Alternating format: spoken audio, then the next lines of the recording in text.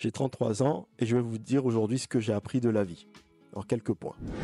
Premier point, travailler sur soi. Le développement personnel est un élément très important dans l'évolution d'une vie. Ça nous permet d'avoir des aptitudes et de commencer à évoluer de plus en plus. Un exemple simple, l'une des choses les plus importantes, c'est communiquer. Donc parler, que ce soit en public, à un ami et à d'autres personnes, c'est très important de parler car ça va vous permettre d'émettre des idées. Et pour ce faire, il faut faire des discours. En fait, parler va vous permettre de synthétiser vos pensées à votre bouche, donc de transmettre fidèlement vos pensées. Donc c'est très important d'apprendre à faire ça. Et au-delà de parler, la chose la plus importante, c'est écouter. Avoir une écoute synthétique parce qu'il y a beaucoup de choses qui se sont dites et il faut sélectionner les meilleurs éléments et réagir à ceux-ci. Donc, être dans l'écoute, c'est pas une position passive comme les gens peuvent le croire, mais c'est une position active. En sélectionnant et en découpant les éléments pour se permettre de se nourrir de ce qu'on nous dit. Deuxième point, choisir sa partenaire de vie. Cette personne qui est le plus importante dans votre parcours de vie, soit va vous élever, soit va vous détruire. C'est ce qui se dit. Donc c'est très important de sélectionner le profil qui peut vous accompagner toute votre vie, qui a à peu près les mêmes objectifs. Alors le but ici n'est pas de dire oui mais elle me convient parce que XY. Alors elle peut te convenir sur 2-3 points, mais si globalement ça ne te convient pas, c'est pas la bonne marche à suivre. Donc avoir un partenaire de vie qui va nous soutenir et qu'on va soutenir tout au long du parcours. Troisième point, l'entourage. Entourez-vous des bonnes personnes. Les amis, les connaissances, tout ce qu'il y a autour de nous, ces personnes-là vont former un pilier pour notre vie. Donc que ce soit pour de la joie, du business, des objectifs particuliers. Donc c'est très important d'avoir un cercle fidèle à soi. Donc je ne parle pas des amis qui vont et qui viennent de gauche à droite, qu'on retrouve pour les bonnes soirées, quand on veut passer des bons moments. Des amis vraiment qui sont là à tout temps, à tout moment. Ces gens qui vont pouvoir vous soutenir dans les moments les plus durs, dans les joies, les tristesses et dans tout ce qui va se passer dans votre vie. C'est très important d'avoir un très bon entourage. Quatrième point, soyez prêts à perdre des proches. C'est vrai, c'est pas simple, mais à un moment donné de notre vie, les gens autour de nous vont partir. Donc il faut s'y préparer. Alors il ne s'agit pas de dire simplement que oui, je suis prêt et quand ça arrive, on a du mal à gérer la situation.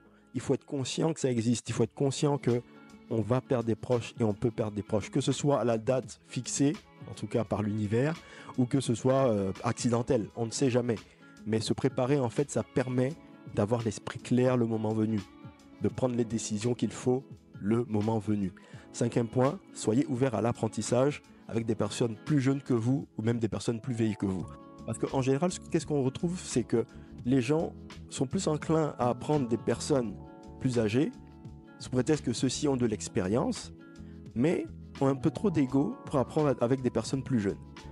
À la vitesse à laquelle va le monde aujourd'hui, avec l'intelligence artificielle, les nouveaux logiciels, Internet en général, les personnes plus jeunes sont plus aptes à développer des expériences particulières dans des domaines qui pourront nous servir, nous, les personnes plus vieilles.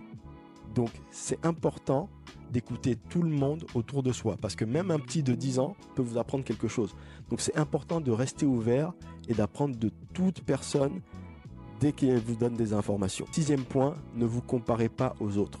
Alors, actuellement, à l'heure des réseaux, tout le monde aimerait être comme les autres, avoir telle maison, la belle maison, avoir une voiture, telle marque. Si on n'a pas tel style de montre, ça veut dire qu'on n'a pas suivi le train en marche et qu'on est en retard et qu'on a des problèmes. Il faut stopper. Stop. Le plus important, c'est que chacun a son rythme de vie. Chacun a sa cadence et chaque chose en son temps.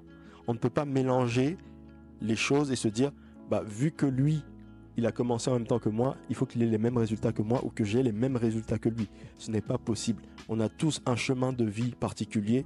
Il s'agirait de le suivre comme il est destiné en faisant les bons choix pour soi-même et non pas parce que les autres l'ont fait. Septième point, la culture financière. C'est très important d'avoir une culture financière parce qu'aujourd'hui, je remarque autour de moi qu'il y a peu de gens qui sont informés sur l'épargne, l'investissement ou en général comment placer son argent pour ne pas subir des éléments comme l'inflation et le coût de la vie. Donc c'est important de prendre le temps de gérer son argent parce que finalement c'est le nerf de la guerre, c'est ce qui nous fait vivre au quotidien. Donc s'informer sur la fiscalité, sur l'investissement, sur l'épargne active, tous ces éléments-là vont nous permettre d'évoluer et de garder une somme d'argent intéressante pour l'avenir. 8e point, si tu veux une vie facile demain et une vie difficile aujourd'hui. Beaucoup de gens veulent tout de suite, avoir la grande maison, la belle voiture, la belle vie en général, mais ils oublient que c'est en travaillant qu'ils peuvent le faire.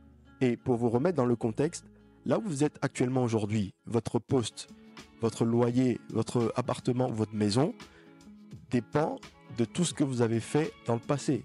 Donc ce sont les résultats des actions que vous avez mises en place dans le passé qui vous ont emmené là où vous êtes aujourd'hui.